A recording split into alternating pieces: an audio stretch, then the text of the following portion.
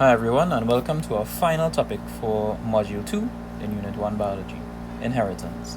So let's start off with some definitions.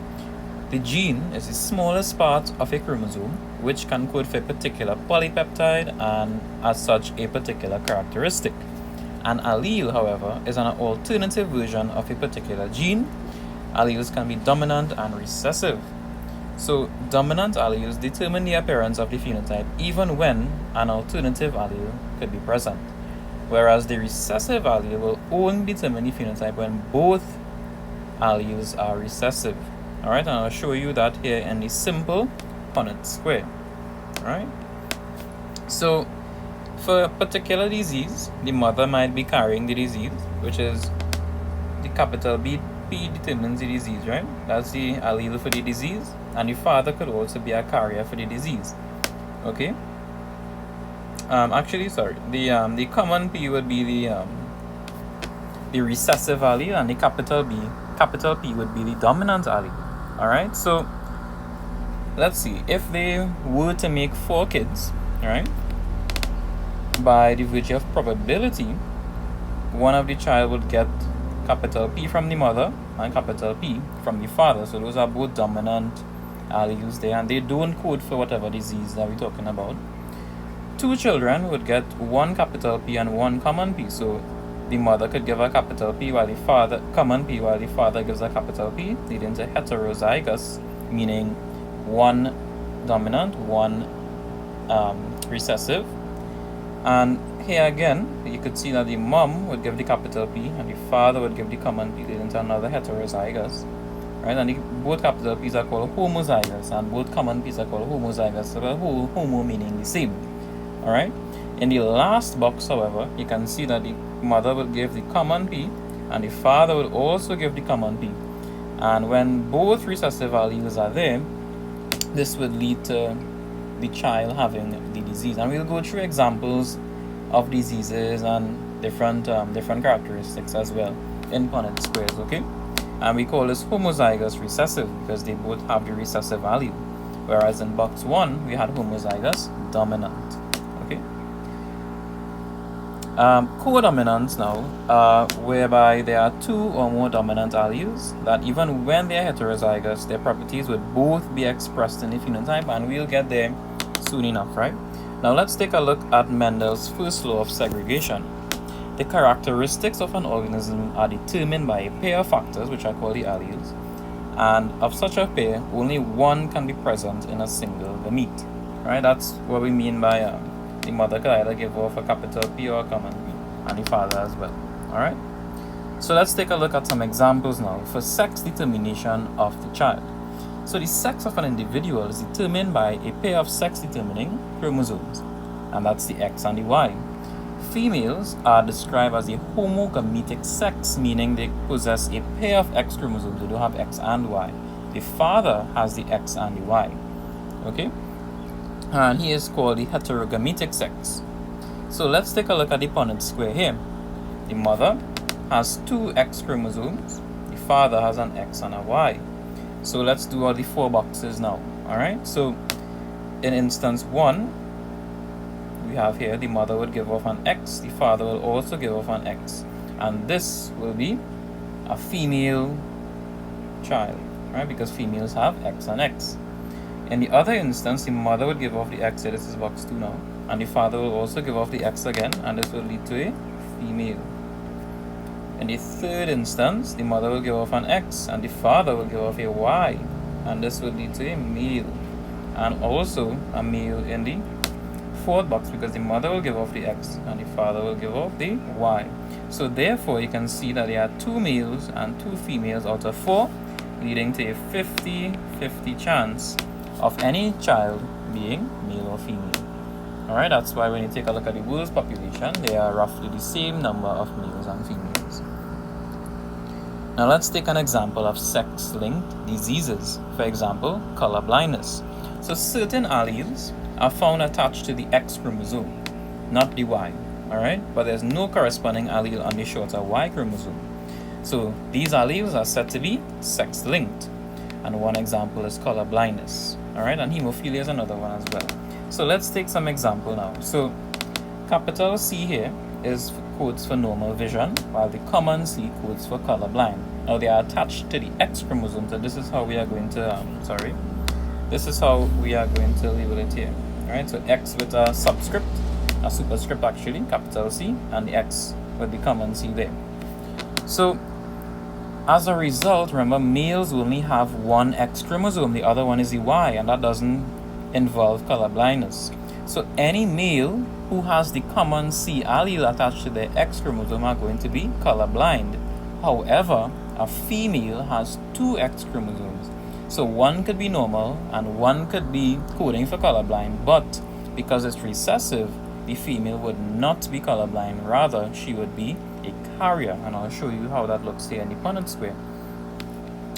So let's say we have a normal male, meaning that he's not colorblind, and a normal female, meaning that she is not colorblind. So a normal male, for him to be not colorblind, he needs to have the capital C on his X chromosome. However, a female could either have two capital C's on their X chromosomes, or one capital C and one common C. Alright, so let's take, for example, the female has one common C, meaning that she's a carrier for the disease. Let's work out the Punnett square and see how this works out. So we have 1, 2, 3, and 4 here. So in box 1, the female is going to give off its capital C, the male will give off the capital C as well, and this is a normal child. In box 2, the female is going to give off its common C, but the male will give off its capital C, leading to a carrier. Alright, so remember, this is X and X, X and X, so those are females. They don't have they have two X chromosomes to play with, right? Now, let's take a look at box 3. The female will give off its capital C, and the male will give off the Y chromosome. Now, the Y chromosome has nothing to do with the color blindness. So therefore, this child is a male and would be normal, right? No males are carriers of the disease, because they could either have it or they don't. Only females could be carriers. Now in the fourth instance, we can see here that the female is going to give off its common C and the male will give off the Y. And this is a male because it's X and Y. And any male with the common C is going to be colorblind. That's the recessive allele. So this male here will be colorblind. So there's a 25% chance, if the mother is a carrier and the father is normal, that the child will be colorblind. And only boys could be colorblind in this instance, okay? So 1 out of 4, or 25%, will be colorblind. Now let's take another example. What if the father was colorblind and the mother is a carrier now? So let's see. Now the father will have to have the common C. And if the mother is a carrier, she also has a common C, but also a capital C on the other X chromosome. So we have the 4 instances here. So the mother is giving off the capital C, the father is giving off the common C, and that is a normal but a carrier female. In the second one, it's the same thing. Sorry, no, it's not. It's a colorblind, there will be a colorblind female. Okay? So, you can see here that the mother will be giving off the common C, and the father will also give off the common C on the X chromosome. And even though this girl has 2 X chromosomes, both of them have the recessive colorblind allele, and this girl will be colorblind. The third box now is a capital C from the mother, and a Y from the father, and that is a normal child. And the fourth box will get the common C from the mother and the Y from the father, and that child will be colorblind as well. So if a colorblind father and a carrier mother has children, there's a 50% chance that any child would be colorblind. Alright, now let's take a look at multiple alleles in determining characteristics. So a common one is the blood type. Alright, so if there's more than 2 alleles in the particular characteristic, we refer to it as multiple alleles. So blood groups or blood types in humans could either be A, B, AB, or O, right? And there's positive and negative, but we won't go into that right now. So we're going to use I as the the allele, and we'll go as superscript A, B, and O for the different types there, right? So we are saying that blood group A and blood group B are co-dominant, right? And we'll get to why that is important just now. And group O is the recessive allele. So let's take, for example, the father is blood group A. So his both alleles are A. The mother is blood group B. Even though she has an O here, remember the B is the dominant allele. A and B are dominant, right? So the mother has an O there. So let's say if they were to have children now, let's see what will happen. So we have the 4 instances here. So the mother is giving off a B, the father is giving off an A. So in this child, we have an A allele and a B allele. But remember what I said, they are co-dominant. So neither one is bigger or taking advantage of the other one. Let's put it that way, right? So therefore, this child will have the blood group AB. Right? And fun fact, AB, if you have the blood type AB, you can receive blood from all the other types, including your own. Alright? The second instance, the mother will give the O and the father will give the A. And remember, A is the dominant allele here, so this blood group will be A. In the third instance, the same thing will happen again. The mother is giving off the B, the father is giving off the A. This child is going to be AB. And finally, here we have the mother giving off the O, the father giving off the A, and this child is going to be A positive. So 50% of the children could be AB, and 50% will be blood group A. And they're very simple to work out. Now let's take, for example, the father is blood group A with an O allele, and the mother is blood group B with an O allele as well. Right? So then they are not homozygous. They are hetero. Okay? So the mother will give off a B, the father will give off a A. You know the drill. That's AB. Here the mother will give off an O, the father will give off the A. That group is A. And here the mother will give off a B, the father will give off a O. B is is not recessive here. O is recessive, so the blood type will be B. And finally, in the last box, we can see that the mother is giving off the O, the father is giving off the O, and because you have 2 of the recessive alleles here, this type will be O. So there's a 25% chance that a child born to these 2 parents here could have a blood group of O. And that's not a bad thing. The only thing is that you can only receive blood if you are O positive or negative from your own type. You can't receive blood from AB or AB.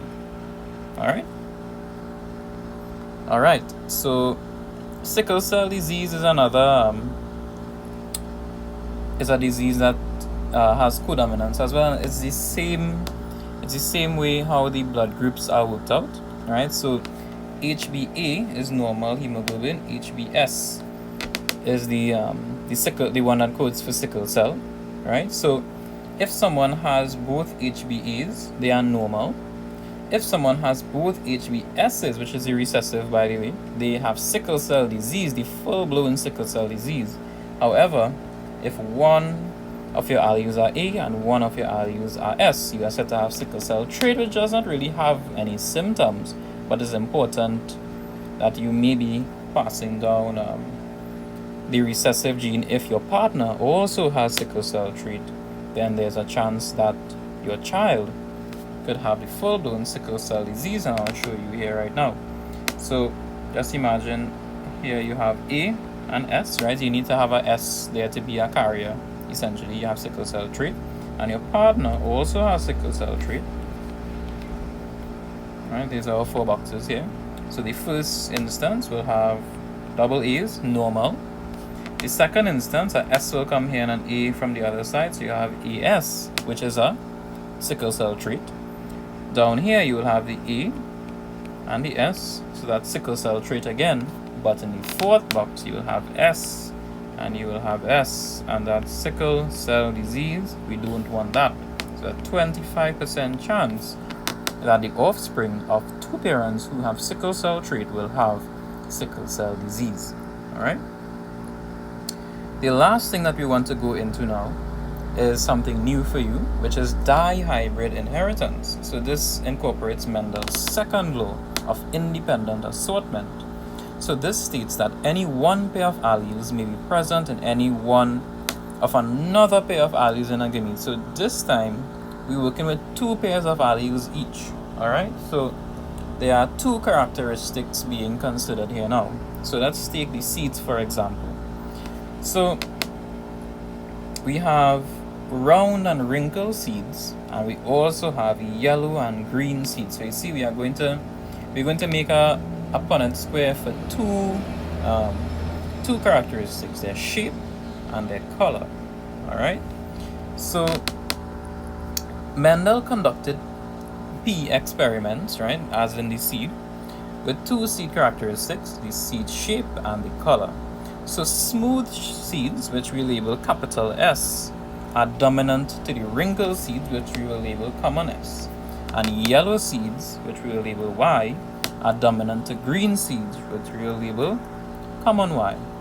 So when you breed the strains of peas with smooth yellow seeds, they have a certain genotype that I blocked off here, so we'll work it out, right? And the second strain I'm supposed to block off this one as well, but you all see you would have seen the genotype there. Alright, and a cross between the two strains now, they would produce something called an F1 generation. So here we have a mix between a round and yellow seed with capital R and capital Y, both of them, and a wrinkled and green seed with two common R's and two common Y's. So now each seed now is going to give off a capital R and a capital Y. So we're taking this one here on top, right? So we have a capital R and a capital Y. We have another capital R and a capital Y again. And we have a capital Y, capital R and a capital Y, and a capital R and a capital Y. So they could only give off, the alleles could only give a capital R and a capital Y. Very easy, right? The wrinkled one will do the same thing, except with common R's and common Y. So common R, common Y, common R, common Y, common R, common Y, and common R, common Y. And that's how we get 4 common R's and common Y's, right? Very simple. So now let's mix them. So we have a capital R and a common R. So that's capital R, common R, and a capital Y and a common Y. So we have capital Y, common Y. Now all of them are going to be the same. Alright, this is the first generation of seedlings, right? So a capital R and a common R. Remember, capital R is the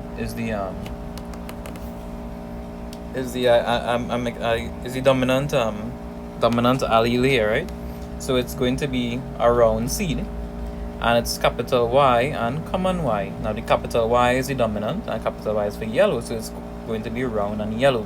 And all of them are the same. Everybody here is the same. If you work it out, everybody will be the same. So every seed now is going to be round and yellow. Alright, now let's say we have a different mix of seedlings now. So let's say we have this is what was there, right? So we mix in 2 of them now, R, Y, Y. So we want to mix the both of them now. So I shouldn't write it, so this is misleading. Right, so we're going to take 2 of these seeds and see what their offspring is going to be. So let's work out what we have to write first. So we're going to have a capital R and a capital Y, as you can see here. We're going to have a capital R and a common Y, as you can see here. We're going to have a common R and a capital Y. So this is actually, sorry, this is a mistake here. So it's going to be a common R and a capital Y, and then a common R and a common Y, as you can see here. And if we're doing both of them, it's going to be the same thing, right? So a capital R and a capital Y. I'll do the same order of it, right? So it's going to be common R, common Y, common R, capital Y. Actually, I think I made a, sorry, this is a mistake. Capital R, common Y, okay? Alright, cool. So now let's mix them, right? So in this first box, you're going to have 2 capital R's, 1 and 1, and 2 capital Y. So they are going to be dominant for round and yellow. In the next box, you're going to have a capital R and a capital R, and a capital Y, and a common Y. That's going to be round and yellow as well, because remember, Y is the dominant one.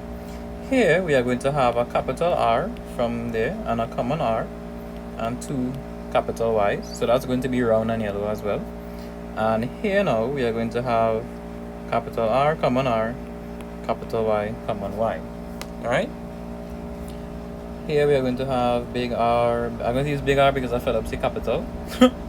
And then we have a big Y and a small y. So that's round and yellow. And this one, sorry, let me just do this here. Big R. And so here we have our first difference here now. We have 2 common Y's or small Y's, and that is a green seed. So we are going to have our first round and green seed. Alright, how about that? Okay, next we'll have big R, big Y, small y, that's normal. Then we'll have big R, small r. We have another green seed. Alright, there you go. 2 small Y's there. Next, big R, small r, and 2 big Y's, that's normal. Big R, big Y, small y. 2 small r's and 2 big Y's. So this is going to be a wrinkled yellow seed. And then we have another wrinkled yellow seed here, and this is going to be wrinkled and big Y is for yellow. The last group now, big R, big Y, small y, big R, small r, and then we have 2 small Y's there. So that's a round green seed. Then we have 2 small r's, 1 big Y, and another small y. So that's a wrinkled yellow. And finally, the 2 small r's and the 2 small y's will be there. That's a wrinkled green. Alright, so if we calculate it now, let's calculate the round yellow seeds as the one, right? So this is round and yellow. 1, 2, 3, 4, 5. That's not 6, no, 7, 8, 9. That's about it. So we have 9 round and yellow. Let's see the others now. So we had this one, which was round and green. Alright, so we have 1. Let me put a different color here. I'll put it in green. Right? So we have 1 round and green. This is another round and green here. This is another round and green. I think that is it. So we have 3 round and green. Let's get this last one out of the way because we know this one is different, right? This one here is a wrinkled green. 1 wrinkled and green. And then finally, we have the wrinkled yellow. 1, 2, 3. I believe that should be, yes. So 3 round and yellow. So if we total it up, we should get 16, and that's indeed what we get. Alright, so that's how we do the second law calculations. So I hope you guys enjoyed this video. You can watch it back, and you can also work out for yourself the first box as practice. Okay.